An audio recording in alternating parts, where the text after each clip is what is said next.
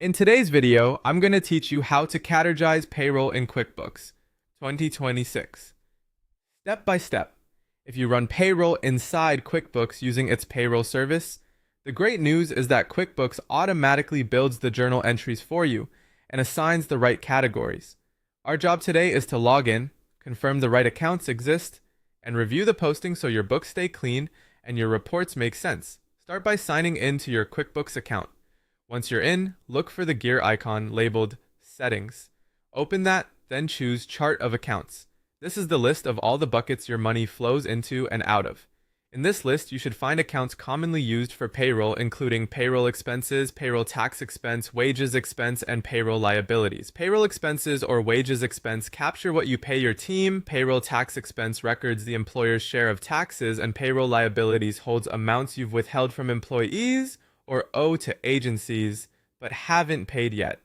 If any of these accounts are missing, create them by clicking New. For wages and payroll taxes you incur as the employer, choose Expense as the account type. For amounts you owe but haven't paid yet, such as withholdings and payroll taxes payable, choose Liability.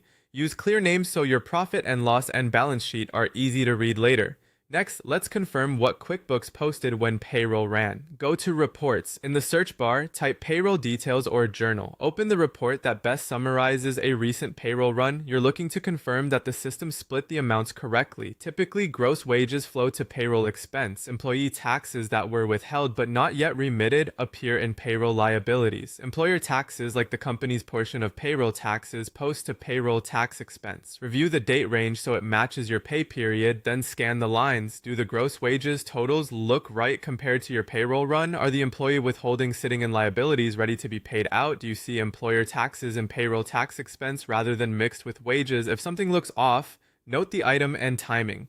Often it's a date filter or a missing account name that needs to be created as described earlier. That's it. By confirming your chart of accounts and reviewing the payroll journal or detail report, you'll ensure QuickBooks automatic categorization reflects your real payroll activity, and keeps your books accurate.